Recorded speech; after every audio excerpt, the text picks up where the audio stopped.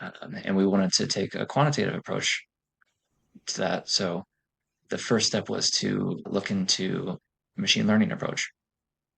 And so we put together a standardized imaging rig with a camera that was pointed down onto a static background, and we imaged uh, a set of several hundred cocoons at standard height, standard lighting, and we extracted the visual features from the surfaces of those cocoons. So we got their dimensions, we got the average color, the aspect ratio, and we used all of those visual characteristics as the inputs for a machine learning classifier.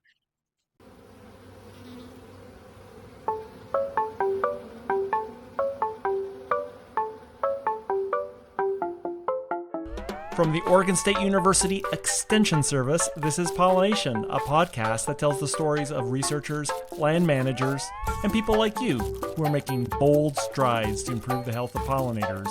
I'm your host, Dr. Adoni Melathopoulos, Associate Professor of Pollinator Health in the Department of Horticulture. I know many of you are mason bee enthusiasts or producers, and depending on where you're located, you probably already know there are exotic bee species that may nest side by side with the native species that you are trying to propagate, finding their way into your cocoon returns at the end of the season. Now, while the adults of these exotic species are distinctive looking from the native species, their cocoons can be hard to tell apart, which means they can accidentally be propagated, or if you're shipping cocoons, shipped into regions where those bees aren't currently. This week, we talked to the author of a new paper that describes yet a new species of exotic bee you might find in your nest blocks, not from Asia, but from Europe. Michael Getz is a master's student in Tim Warren's lab at Oregon State University, and his paper, which was just published in Environmental Entomology, documents the discovery of the European mason bee, Osmia cornuta, in Vancouver Island and the lower mainland of British Columbia. His thesis in general focuses on non-lethal sampling of bees using advanced computer vision technology, but in this paper he uses this technology to see if he could develop a computer vision method to tell apart cocoons from mason bees of different species. In addition, he looked at the distribution of the bee in Europe and modeled it with biogeographical correlations here in North America to figure out the potential spread of European mason bee across North America. It is a wonderful paper. It's so comprehensive, and you can actually access it through the show notes because it's been made open access publication. So without further ado, let's head deep down the cavity of exotic cavity nesting bees this week on PolliNation.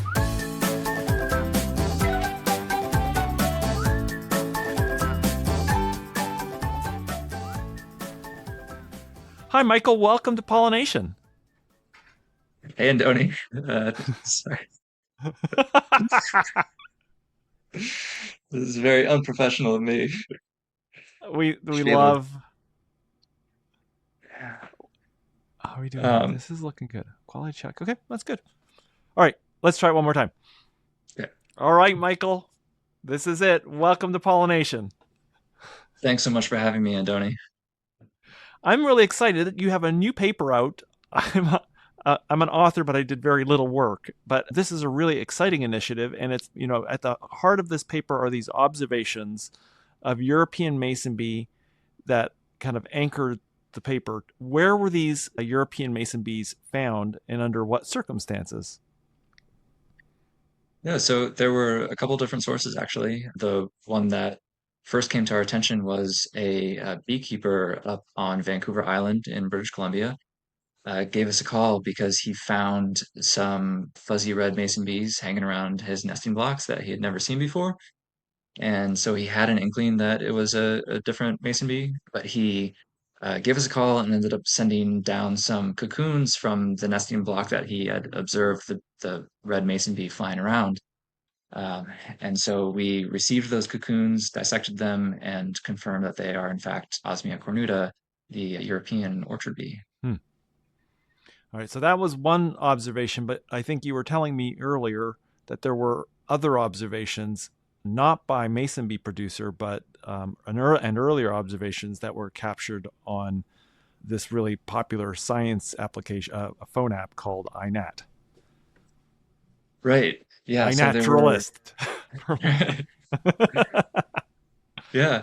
So, right, the beekeepers' observations were backed up by multiple iNaturalist observations. The earliest one in the timeline was in spring of 2023, made in North Vancouver on the mainland. And there have been multiple observations on Vancouver Island made by other folks that are related to the initial beekeeper. But all of these observations on iNaturalist were made by participants in the British Columbia Bee Atlas program. So they are trained volunteers who have an eye for bee identification. This is a great story. I just love that, I imagine exotic bees are always being introduced to the United States and Canada and probably go unnoticed for decades until they really spread. But having them detected, perhaps, we don't know exactly when it was introduced, but probably quite soon after it was introduced, probably is a testament to a growing interest and competency in being able to discriminate between bees.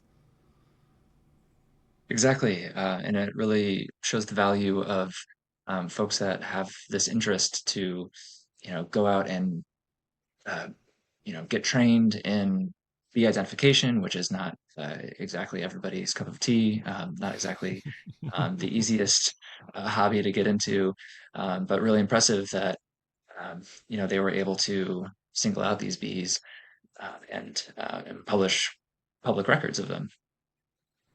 Well, I suppose there's also a very large group of people, especially here in the Pacific Northwest, who are into mason bee culture and are rearing Osmia lignaria. For those people, what roughly are they looking for? You said it was red.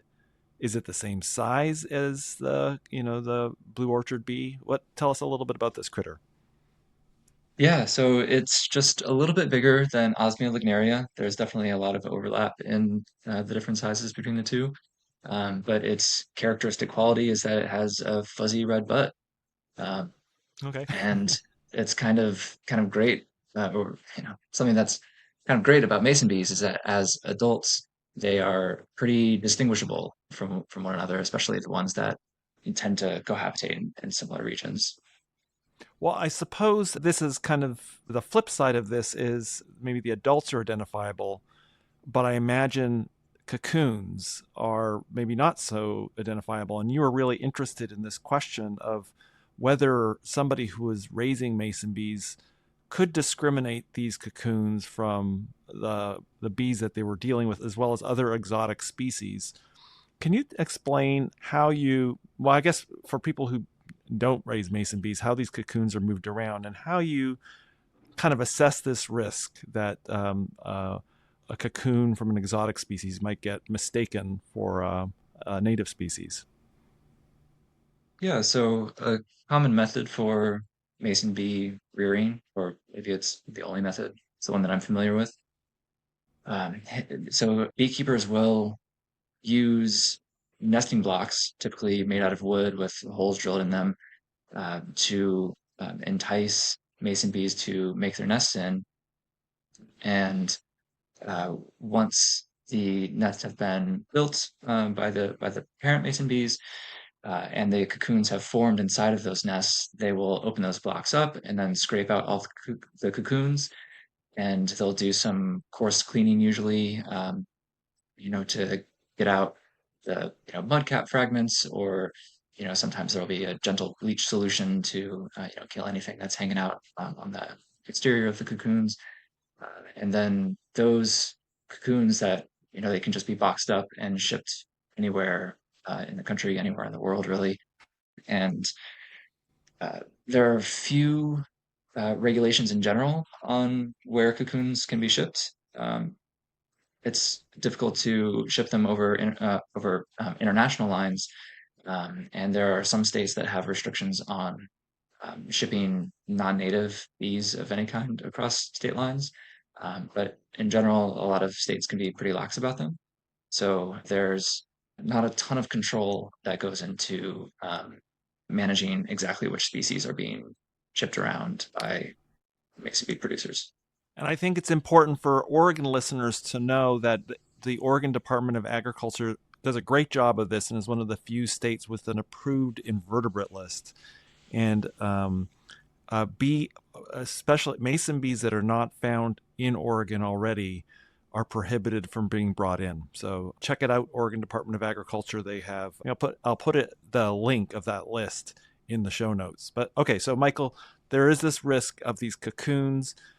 You have a block, as you described, and multiple species nest in it, and you're not watching to see if the bee's going in and out. You come back, you see these mud plugs, you strip the cocoons out, and now you're left with this predicament of like, can I now, at the sorting stage, sort out the species that, I don't want to move around outside my region versus I do? How did you figure out whether this is a doable practice, whether somebody visually looking at these cocoons could tell them apart? Yeah, well, some interesting data that we got was when there was an initiative to sort of look into mason bee health throughout the state of Oregon, and so a lot of hobbyist or amateur beekeepers were sending in cocoons to OSU, and they would label them multi-species. And so we had the opportunity to go through this backlog of cocoons and dissect them and figure out exactly what species were inside. And so that gave us sort of a rough estimate of the, the feasibility of determining which species was in each cocoon. And, and I should say too that the initiative wasn't specifically about, determining cocoons by species. It was, so it's not as though these volunteers were tasked with this, determination. But we found that the cocoons that were submitted were identified with about 79% accuracy. And, just anecdotally, folks who work with mason bee cocoons a lot, either through research or through the beekeeping practice, have reported that it's just incredibly difficult to tell them apart. Some folks say that they have more ability to do it than others just after looking at thousands and thousands of cocoons.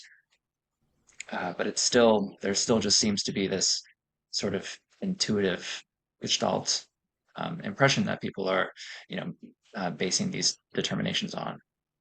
Uh, and so we're interested in finding out what sort of basis there is for discriminating uh, cocoons by species. And we wanted to take a quantitative approach to that. So the first step was to look into machine learning approach. And so we put together a standardized imaging rig with a camera that was pointed down onto a static background, and we imaged uh, a set of several hundred cocoons at standard height, standard lighting, and we extracted the visual features from the surfaces of those cocoons. So we got their dimensions, we got the average color, the aspect ratio, and we used all of those visual characteristics as the inputs for a machine learning classifier. Um, and Wow. the machine learning classifier was able to outperform the human classifiers just slightly, but it still struggled with some cocoons or some species over others. So in practice, then, it seems to be, even with technology as an aid, to really 100% discriminate between the cocoons. There's always going to be some that may slip through a sorting line, raising this issue of their potential spread through the trade of cocoons. Definitely. And I have to qualify this effort by saying that it was rather simplistic in the grand scheme of the technology that's available and the technology that's continuously being developed. Ah, And we have even made some inroads into developing a more complex approach to it using deep learning techniques, computer vision techniques that folks may be familiar with, um, which is just sort of a more advanced machine learning approach that uses just every available visual characteristic rather than the human operator deciding which visual characteristics to select from the image. And so, Hmm. with a larger data set, with a more representative collection of cocoon images, we think that we'll be able to improve those results. But we're still pretty far off from having something that's reliable enough to, process millions of cocoons on an assembly line before they get shipped out. Okay. So it is up. It is possible. The technology really, you just kind of did a first pass in the paper of trying to use the technology, but as you point out, that you are kind of, your own prejudices were sort of cast on this in a deep learning program that really, doesn't even, it has its own kind of rubric, may be able to do this in the future. But right now, I suppose we are at a situation where there may be cocoons in the cocoon supply line that are leaking into places where these bees are not currently. And you were really interested in the question of, if that were to happen, you know, where might these bees establish? Knowing their distribution, I suppose, in Europe, you should explain the methodology, but that you might be able to say, oh, this Arizona, a cocoon that ended up in Arizona may not be likely to spread. Tell us how you did that. How did you figure out, what the potential range of this bee might be in North America?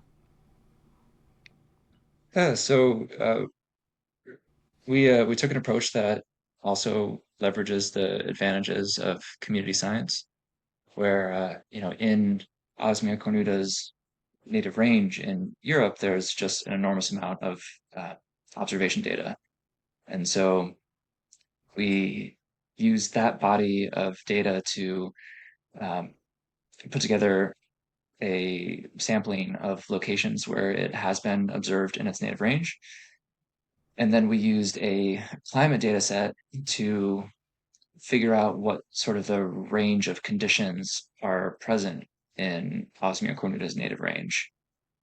And then we compared that range of climate conditions back to the full range of climate conditions that are present in North America, and Uh-huh. then just found which regions in North America are within this climate Wow. niche of Osmia cornuta in its native range. Oh, amazing. Oh, great. And so you can look at all of these. I mean, it's kind of like the cocoon identification. You don't know what all the variable, which the most significant variables, but when you sort of like relate them to North America and precipitation and elevation and all of those things, you can come up with a map. Well, tell us what the map looks like. In rough sketches, is it going to be everywhere in North America all at once? Uh, Not quite everywhere. There's some relief there, but it did identify the areas where it was first detected. In the Vancouver Island, Vancouver, mainland area, and you know, down into Washington, along the Olympic Peninsula, and then down through the Willamette Valley, as well as some areas in inland Pacific Northwest. But then well, and I guess to stay on the West Coast, the California Bay Area was another hotspot. But the strongest and broadest continuous region is all in sort of the mid-Atlantic, spreading uh, outwards or just sort of radiating outwards into the Midwest and the northern end of the Southeast states. Um, And these maps, or this climate model that we produced, looks really similar to the current ranges of two other exotic mason bees that were introduced from Asia. That's Osmia cornifrons and Osmia taurus, and those were both introduced to to Maryland, to the Maryland area, and within the past 20 years have really exploded in population and geographic range. So we would predict that if Osmia cornuta was also introduced to that area, then it would also flourish. Wow. So having at least 3 exotic species in the mid-Atlantic, if it was introduced, kind of with a very great spatial extent that it could occupy. Okay, well, maybe just to conclude, tell us about these other species. I know I was just in Boise, and we have our first Western detection, which is put in the paper of Osmia taurus. So I do want our Boise listeners to be on the lookout for this exotic bee. But tell us about these 2 other Asian species. Yeah, and I realized that earlier. I said that it's so great that it's really easy to tell adult Osmia apart, and these two actually look pretty similar to each Mm-hmm. other. Um, but they shoot, I'm trying to think of what Well, I haven't said yet. But the thing I was going to say about them makes them kind of similar, and I know just being out here in the the when we deal with blue orchard bees, they are a blue metallic color, and these ones have a kind of brown. They're they have a hairier body and it's brown. They are about the same size, and I guess you're the two of the and they both have horns. I can't remember. uh, Cornuta does have I horns. I want to say yes, both of them. Yeah, Taurus does too. And I think that the extent of the protrusion is a helpful diagnostic Ah, characteristic. so you may not know if you've got it, but I think what I'm getting from this episode is it's always great when you're out in a nice sunny afternoon and you see a mason bee on your flower in the spring that is not doesn't look usual. Snap a picture, put it on iNaturalist. It seems like it's a great story of like people are looking through those records on a daily basis and may pick these things up. Yeah, and there is a bit of nuance to interpreting where these detections show up because, especially when you have this artificial dispersal method through the cocoon trade, you could always have adult bees that arrive in an unfamiliar habitat and they survive for the year, but they don't successfully reproduce. And, somebody may snap a photo of that bee just before it Right. dies or something, before it establishes a population. So Mm-hmm. just the presence of a record doesn't necessarily mean that it has established there. So the more records we have, the more confident we can be that a certain bee has established in a certain area and is actually expanding its range. I had a conversation recently with somebody, a research scientist who was really interested in mason bees, and I told them about the Boise iNaturalist records for Osmia taurus, and then they followed up. So you may get a call from a scientist who's interested in spread and dispersion, who can then do these follow up. Okay, go back out and let's see if it's persisting, or can you get some more records? I mean, it's I like the way that you pose that. It may not necessarily talk about persistence, but I guess hopefully you can reach out to somebody or they'll find the record anyways, and the follow up will ensue. Yeah, exactly. And, especially with, as you mentioned, the growing popularity of sort of this backyard beekeeping and the interest in mason bees, if everybody in the Pacific Northwest who has a mason bee house in their backyard could be checking it every now and then and, notifying researchers when there is a detection of this really distinct red mason bee, then yeah, it helps researchers decide where to allocate resources and time and to go hunting for a particular bee. And I would maybe add to that. I think that's a great suggestion. And in addition to that, I would say, if in doubt, contact your Department of Agriculture. They have entomologists on staff who are familiar with these issues, and they can really provide guidance on what you should do. Is it and perhaps follow up. So Anyways, this is great. This is a great episode. It's a great discovery. It's not a great discovery, but it is just the way that you've threaded these observations and into a kind of raising awareness of this introduced bee. It's really remarkable. Oh, and I feel really lucky to just have had more interactions with the mason bee community because it's really discovered how many passionate folks are involved both in the beekeeping and in the research side of things. So it's really just a neat community. Fantastic. And it's really great. The paper is open access, so we'll have the link in the show on the show notes, and people can take a look at it. Thank you so much for joining us today. We really appreciate you taking the time, and congratulations on your paper. Yeah, thanks for having me on, and thanks for your time. Thank you so much for listening. Show notes with links from each episode are available at the website pollinationpodcast.oregonstate.edu. I also love hearing from you, and there's a form at the website where you can pop in and say hello and give me feedback. If you want to support the show, remember to leave a rating on iTunes, Spotify, or whatever podcast mothership you use. And finally, if you have the means and you want to help support my lab's effort to document bee biodiversity in Oregon, visit OregonBeeAtlas.org and follow down to the donate button where you can make a tax-deductible donation to the Jerry and Judith Paul Native Pollinator Endowment. Every little bit helps. See you next episode.